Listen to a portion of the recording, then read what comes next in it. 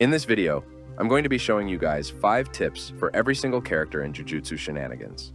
I'll be explaining and showing examples for every single tip to make sure you'll be able to use them all effectively in-game. The first character I'll be showcasing 5 tips for is Gojo, who I think is one of the most powerful and versatile characters if used correctly. I'll also be mentioning some giveaways for early access in the video, so make sure to watch the whole thing. Anyways, let's start with some Gojo tips. The first tip has to do with Gojo's special, his ability to teleport. You're able to teleport in front of enemies to close the distance if you wish, but this is easy to predict and is easily countered by blocking. However, turning around right before you teleport will cause you to teleport right behind the opponent instead of in front of them.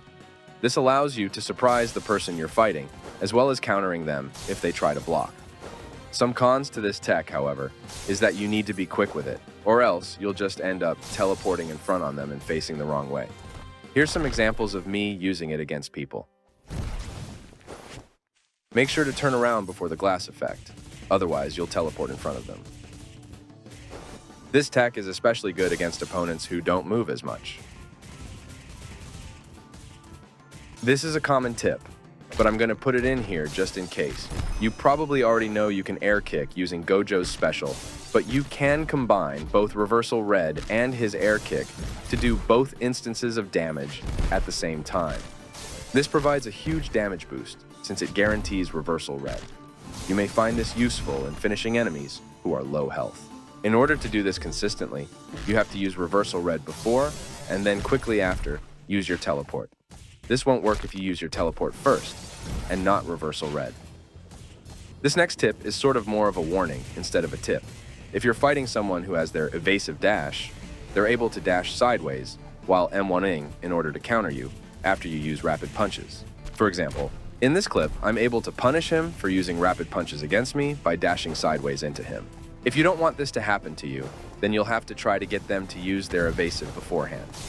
For example, in this clip, he uses his evasive, so I know that I can combo him freely without him escaping. This next tip is pretty small, but still useful in publics. Gojo's special allows you to hit any airborne opponent, even if they haven't been thrown into the air by you. If someone is trying to climb away from you up onto one of the towers, you can knock them off the truss by using your special.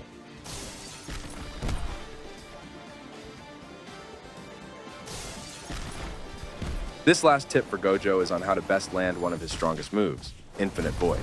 In my opinion, your best bet is to use Lapse Blue Max to suck in multiple opponents and dash into it to use your Infinite Void. Even if people are able to dash away, Infinite Void's radius can still cover the area around where you used Lapse Blue. The next character we're going over is Itadori, who some people think is the best character in the game. The first tip is crucial in always landing his best move, Black Flash. If you aren't new to playing Itadori, this tip might not help you.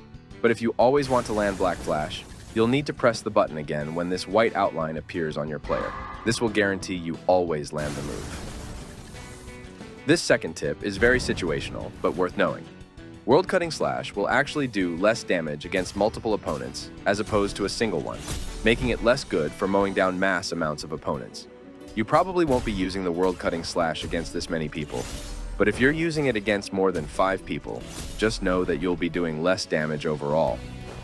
I've seen a lot of people who have their Fuga and their Cleave on cooldown, trying to M1 around people's block in Malevolent Shrine, even though you can't hit behind block with Sukuna's slashes. If you have Fuga and Cleave on cooldown, just simply dash behind enemies who are blocking in your domain. I thought it was worth mentioning even though it's a bit obvious, but I still see a lot of people just try to spam M1 in domain against people who are blocking, so I'm putting it here anyway. You probably already know that Itadori has aerial variants to his moves. Aerial Curse Strikes may give you some more flexibility, but doesn't allow you to combo extend, while Aerial Crushing Blow allows you to attack at range, but runs the risk of the enemy blocking it. I think the best use for these aerial attacks is for evading attacks and mobility. You can do some cool parkour using your feint, as well as avoid attacks and confuse opponents by quickly feinting and changing your attacks. I don't really know that many Itadori tips, so here's 2 niche tips that you may or may not use in publics. In the new update that recently added 3 moves from Mahoraga, Itadori was actually changed, but wasn't mentioned in the changelog for some reason. Basically, when an enemy was hit by Itadori's Black Flash, they wouldn't be able to use their evasive dash to get out of Ragdoll, making it easier to hit people with Crushing Blow right after. As an example, here's a clip of somebody I was fighting using their evasive dash after I used Black Flash after this update. As another example, I'm able to now punish people by using a sideways dash right after they Black Flash, not giving them the opportunity to extend with an aerial Crushing Blow. Sukuna's rush attack, even if it is blocked by an obstacle, will still leave an impact as if you've gone straight through it. Because of this, any attack on an enemy in this impact will still connect, even though you're blocked by a wall. The next character is Hakari, who I actually have some interesting tips for. You can counter all damage from Sukuna's Fuga, as long as the fire arrow collides with your doors. This applies to the blast damage as well. If the fire arrow never makes contact with your doors, however, it will not negate the damage.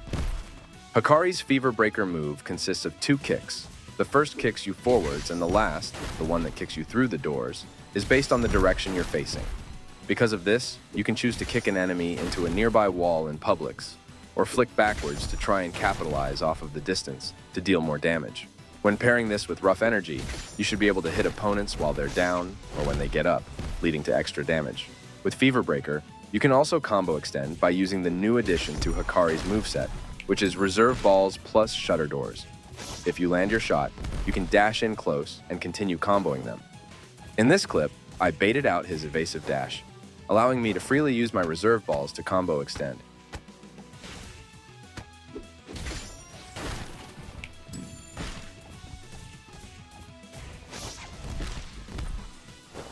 This tip is a bit situational, but you can actually hit enemies from medium range using Shutter Doors by unshift locking and aiming your cursor at the enemy. Your player has to be facing the general direction of the enemy, or the Shutter Doors will spawn right in front of you. Here's me using it in a 1v1.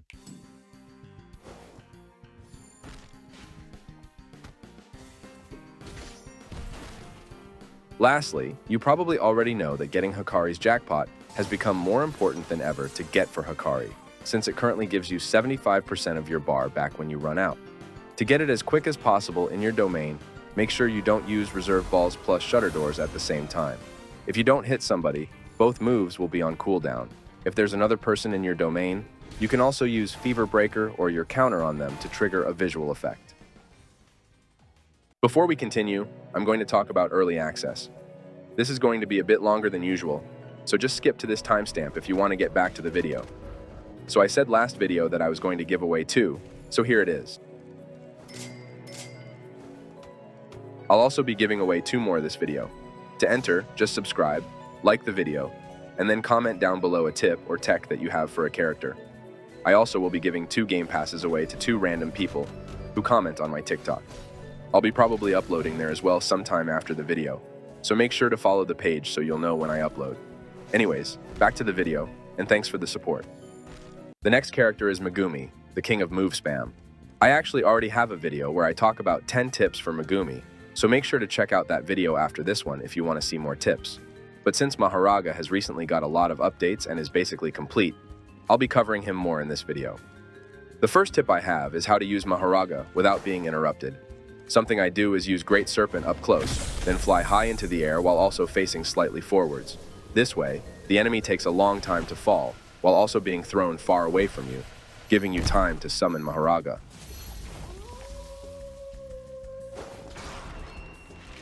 The new update recently added a color indicator to Maharaga's Earthquake move to make it easier to land the charged variant. You can use this indicator by releasing the key when you see the color turn red. This tip may or may not help you since everyone's reaction times are different, but this is how I time it now. This tip may seem a bit obvious, but the hitbox of ground pitch is based on how much stuff you grab. If you're being chased by a lot of people, you want to try and hit as much people as you can. If you're in a public, there's multiple spots that contain more parts than others. The street, near the subway entrance, has a lot of parts for some reason. For example, vending machines and places with a lot of furniture, like restaurants, also have a lot of parts, as well as the graveyard. Using Megumi's special, you can take in items into your shadows and take them out. In order to quickly do this, use your special again to quickly put the throwable inside your shadows. To take it out quickly, use your special and then quickly M1 again to take it out. I don't really know what to mention as this last tip that I haven't really covered in my other video, so here's a fun fact. Nue is actually blockable if it's used against an enemy in the air who is blocking. I think this is because Nue's behavior changes to guarantee hit airborne enemies, making it blockable as a trade-off. The last character we have to cover is Mahito, which unfortunately I'm pretty bad at. Some of these tips I learned from Jujutsu Shenanigans YouTuber Tony Arcilla, who I'm linking in the description. Make sure to subscribe to him. You can combo extend by using Mahito's sword dash ability by turning your camera right after the dash and M1ing. I believe this is a true combo extension since the dummy is stunned during this. Here it is in a 2v2s match if you're curious on how it looks like in-game.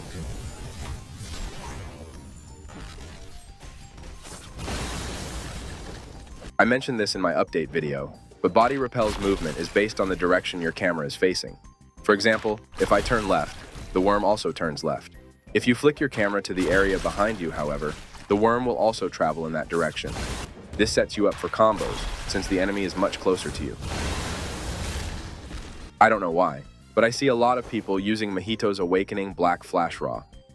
An easy way to secure your awakening is simply just getting them into an M1 combo and turning your camera sideways to easily hit them. To land Mahito's Black Flash, just press the key again when you see the arm fully pull back. This method is also the same as Itadori, but I'm putting it here for Mahito since I didn't mention it earlier. Lastly, you can still enter domains using Mahito's sword dash by pressing yourself where a domain touches a building, looking sideways, then quickly flicking into the domain.